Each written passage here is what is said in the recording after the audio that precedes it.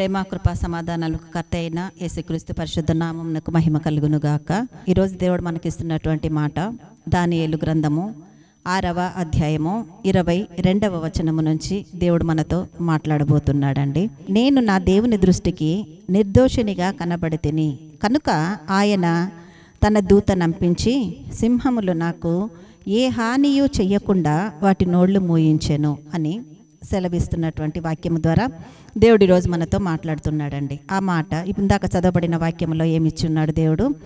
ఆయన తన దూత నంపించి సింహములు నాకు ఏ హానియు చెయ్యకుండా వాటి నోళ్లు మూయించెను అని దేవుడు సెలవిస్తున్నాడు. ఈరోజు ప్రియ దేవుని బిడ్డ, నువ్వు చెయ్యని తప్పుకు నిందలు అవమానాలు భరిస్తున్నావేమో, లేక నువ్వు ఎదురు చూడని కష్టాలు నిన్ను చుట్టుముట్టి ఉన్నాయేమో, నువ్వు ఊహించని ఊబిలో కూరుకొని పోయి ఉన్నావేమో, నువ్వు కూరుకుపోయిన స్థితిలో ఉండి దారి తెన్ను దిక్కు తోచని స్థితిలో దేవుని వైపు చూస్తూ అంగలారుస్తున్నావేమో, దేవుడి రోజు నీకు జవాబిస్తున్నటువంటి మాట ఇప్పుడు చదవబడిన వాక్యములో, ఆయన తన దూత నంపించి సింహములు నాకు ఏ హానియు చేయకుండా వాటి నోళ్లు మూయించెను అని దానియేలు ద్వారా దేవుడు మనతో మాట్లాడుతున్న మాట ఏమున్నది. కాబట్టి ముందుగా ఆయన తన దూత నంపించి, ఇక్కడ దానియేలు తను బాధ చెప్పుకుంటూ ఈ వాక్యాన్ని చెప్తున్నాడండి.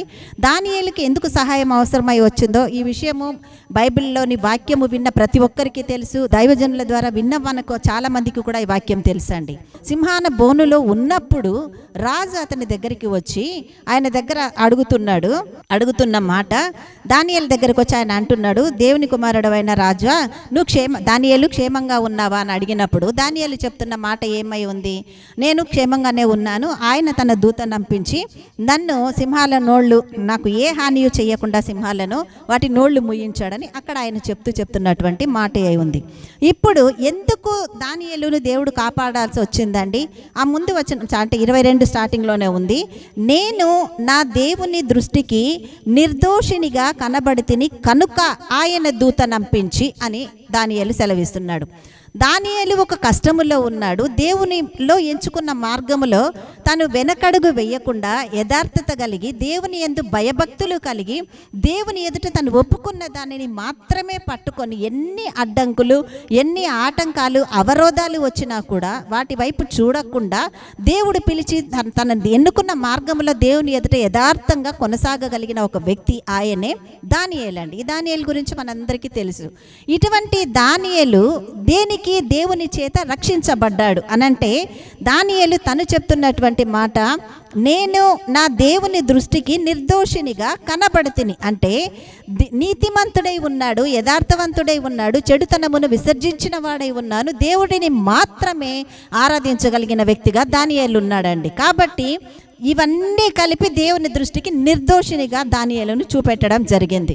ఆ నిర్దోషులు ఈరోజు నువ్వు ఏ సింహాల బోనులో చిక్కుకుపోయి ఉన్నావేమో, ఏ సింహాల వంటి సమస్యలలో నువ్వు కూరుకుపోయి ఉన్నావేమో, ఎప్పుడు ఏ సింహం వచ్చి నిన్ను ఏ స్థితిలో ఉండి చంపేస్తుందో అన్న స్థితిలో నువ్వు భయపడుతున్నావేమో, నీ పరిస్థితులను బట్టి ఏ అప్పుల బాధలో ఏ ఆర్థిక ఇబ్బందులలో ఏ స్థితిలో ఉండి నువ్వు కూరుకుపోయి నాకు దారి లేదు, ఇంక అయిపోయింది ఈ రోజుతో నా జీవితం, ఈ క్షణముతో అయిపోయింది నా జీవితం అన్న ముగించబడుతుందా అన్న దిగులుతో వేదనతో నువ్వు ఉండిపోతున్నావేమో, దేవుడి రోజు నీతోనే మాట్లాడుతున్నాడు. అది కూడా దానియేలును ముందు పెట్టి దానియేలు ద్వారా నీతో దేవుడి ఈ వాక్యం ద్వారా నీతో మాట్లాడుతున్నాడు.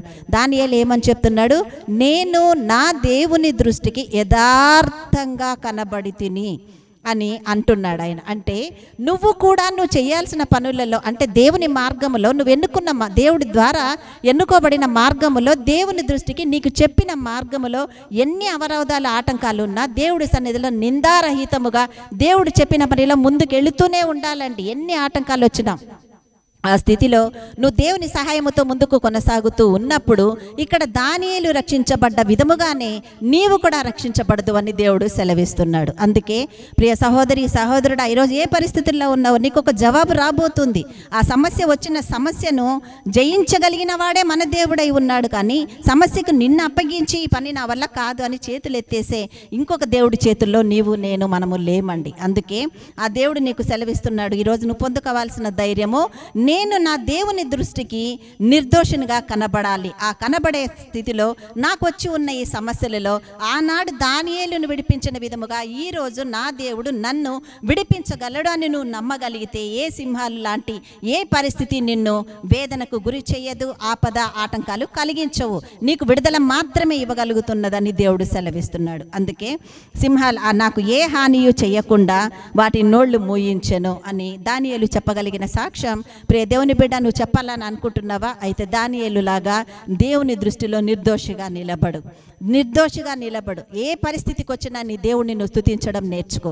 ఎటువంటి స్థితిలో ఉన్నా నీ దేవుని మీద ఆధారపడడం నేర్చుకో. ఎటువంటి పరిస్థితులు ఉన్నా కూడా నీ దేవుడిని గణపరచడం నేర్చుకో. అప్పుడు దానియేలు వలె నీవు కూడా విజయాన్ని పొందుకొని దానియేలు ఇచ్చిన సాక్ష్యమును మించిన సాక్ష్యం నీవు కూడా ఇవ్వగలవని దేవుడు నీతో మాట్లాడుతూ చెప్తున్నాయి. ఈ వాక్యము నీ కొరకే ఈరోజు. ఇటు కృప దేవుడు ఇరుకు ఇబ్బందులలో ఉన్న నిన్ను ఆశీర్వదించి ఈ వాక్యము ద్వారా ముందుకు నడిపించునుగాక. Amen, amen, amen.